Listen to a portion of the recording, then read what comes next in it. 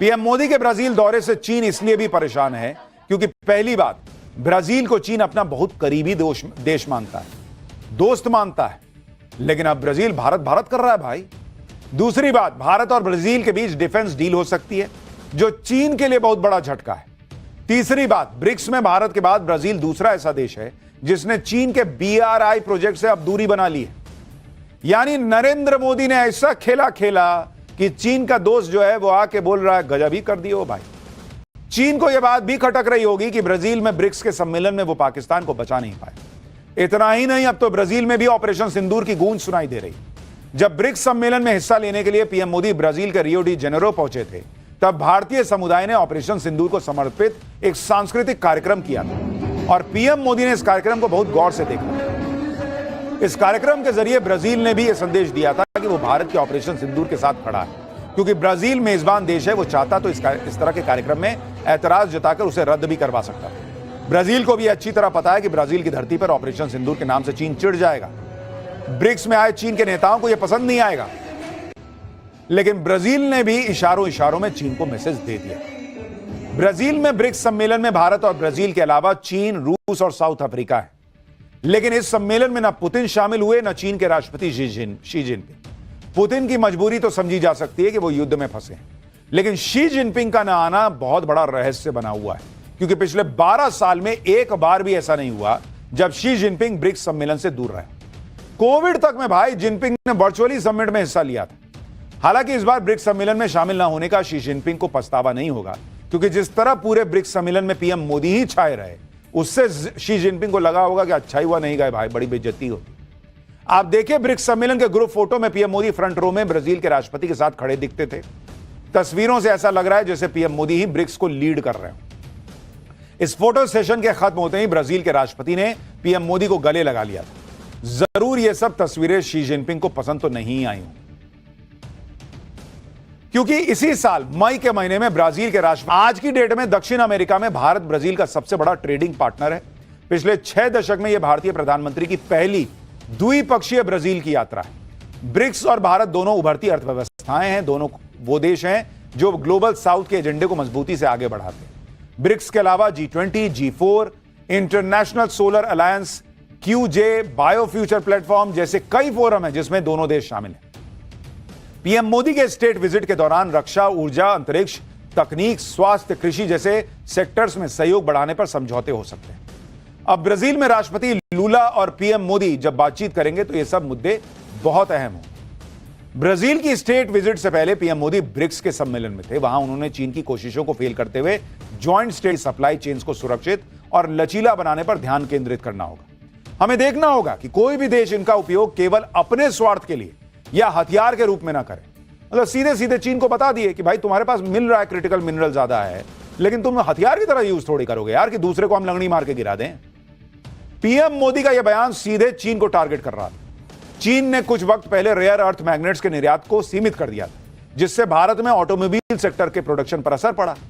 भारत अब तेजी से चीन का विकल्प तलाश रहा है। नरेंद्र मोदी बैठने वालों में से थोड़े ही हैं। तुम नहीं दोगे तो क्या भारत बैठ जाएगा, हमारे यहां ईवी नहीं बनेगा? उन्होंने कहा देखे और कहां क्या हो सकता है। चीन की मनमानी करने पर उतारू चीन को ग्लोबल मंच पर नरेंद्र मोदी ने एक्सपोज भी किया।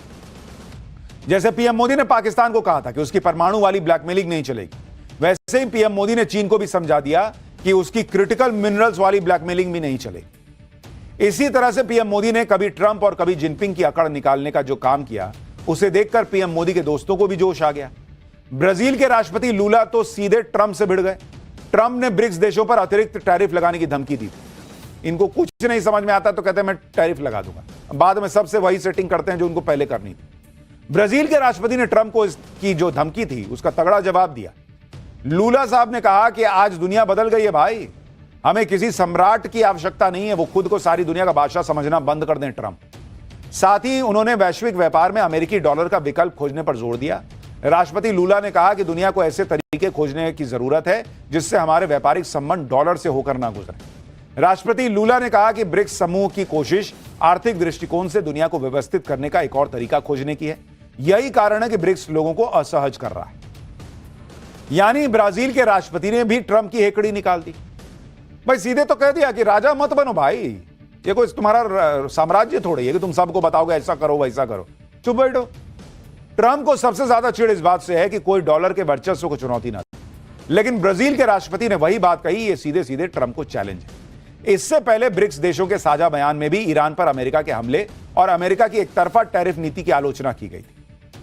यानी लगातार नरेंद्र मोदी जो इस दौरे पर गए हैं, जो उनके 11 साल का सबसे लंबा विदेशी दौरा है, उसमें चीन से लेकर पाकिस्तान तक और दुनिया के फूफा बने घूम रहे ट्रंप को सबको निपटाया जा रहा है। प्रधानमंत्री नरेंद्र मोदी इस वक्त जबरदस्त फॉर्म में है। पाकिस्तान चीन दोनों को रगड़ के रखा है। चीन की तो हालत ऐसी हो गई कि नरेंद्र मोदी हर जगह जाकर चीन को निपटा रहे हैं। चीन ने भारत के साथ बड़ा गेम किया था, ऑपरेशन सिंदूर में पर्दे के पीछे खेल किया, फिर राफेल पर फेक न्यूज फैलाई जिसके झांसे में हमारे यहां कुछ लोग आ गए थे, लेकिन चीन की सारी तिकड़में फेल हो रही और अब नरेंद्र मोदी चीन के साथ कुछ ऐसा कर रहे हैं जो चीन भी सोचे नहीं बैठा होगा।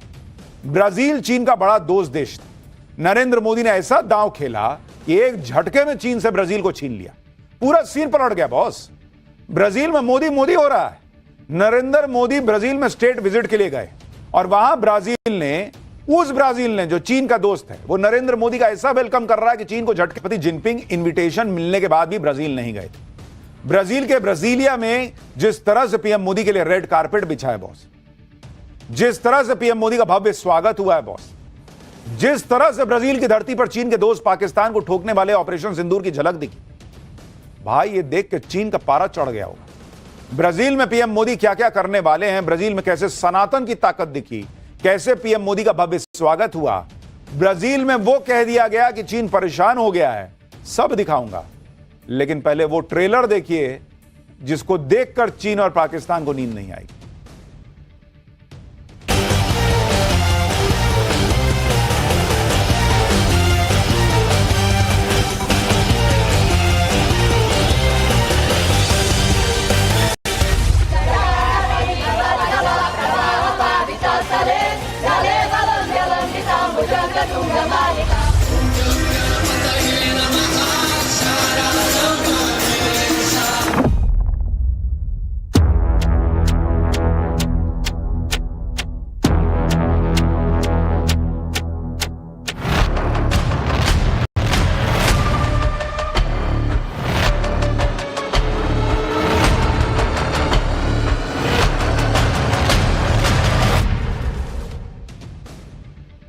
ये तस्वीरें देखकर चीन हैरान परेशान होगा, क्योंकि ब्राजील तो भारत के लिए बिछ गया भाई।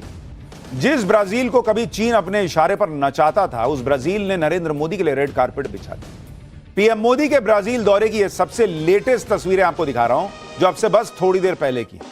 ब्राजील के राष्ट्रपति लूला रेड कारपेट पर पीएम मोदी का स्वागत कर रहे हैं। पीएम मोदी के स्वागत में कोई कमी न रह जाए, इसके लिए ब्राजील में खूब तामझाम हुआ है। 114 घोड़े और उस पर बैठे सैनिकों के साथ पीएम मोदी का सेरेमोनियल वेलकम हुआ है। देख रहे हैं, लाल कारपेट बिछा हुआ है, झंडे हैं, जबरदस्त परेड वरेड चल रही है, मिलिट्री सम्मान दिया गया। पीएम मोदी के स्वागत में ब्राजील ने मेगा शो कर दिया भाई। ये देखिए तस्वीरें, ये अपने प्रधानमंत्री का जलवा है, लोगों को मोदी दिखते हैं। अरे भैया, ये भारत के प्रधानमंत्री का रौला है। काफिला जब उनका आया तो उनके दोनों तरफ घोड़े पर सैनिक मौजूद रहे। पीएम मोदी स्टेट विजिट पर ब्राजील गए हुए हैं। वहां ब्राजील के राष्ट्रपति ने रेड कारपेट बिछाकर और गले लगाकर उन्हें रिसीव किया। इसके अलावा पीएम मोदी के स्वागत में शास्त्रीय संगीत की प्रस्तुति हुई। पीएम मोदी के साथ साथ ब्राजील के राष्ट्रपति और उनकी पत्नी भी शास्त्रीय संगीत का आनंद लेते हुए दिखे। इससे पहले भी जब पीएम मोदी ब्राजीलिया पहुंचे थे तो उन्हें रेड कारपेट वेलकम दिया गया था। ब्राजील के रक्षा मंत्री पीएम मोदी को रिसीव करने के लिए तब एयरपोर्ट गए थे। पीएम मोदी जब एयरपोर्ट पर उतरे तो सबसे पहले ब्राजील के परंपरागत सांबा रेगे संगीत के साथ उनका स्वागत हुआ। महिला कलाकारों के एक बैंड बटाला मुंडो ने पीएम मोदी का स्वागत किया। वहीं एयरपोर्ट पे शुरू हो गया था सब भाई। खुद पीएम मोदी ने इस प्रस्तुति की तस्वीरें साझा की थी और इन बैंड की तारीफ की थी। एक बार देखिए कैसे ब्राजील की राजधानी में पीएम मोदी का एयरपोर्ट से ही जबरदस्त स्वागत शुरू हो गया था। सनातन से प्रेम करने वालों को गर्व से भर देने वाली ब्राजील की राजधानी ब्राजीलिया में पीएम मोदी का सनातनी अंदाज में स्वागत हुआ। पीएम मोदी को स्वागत वैदिक मंत्र और शिव तांडव स्तोत्र सुनाकर किया गया। देखिए आप भी जरा। ओम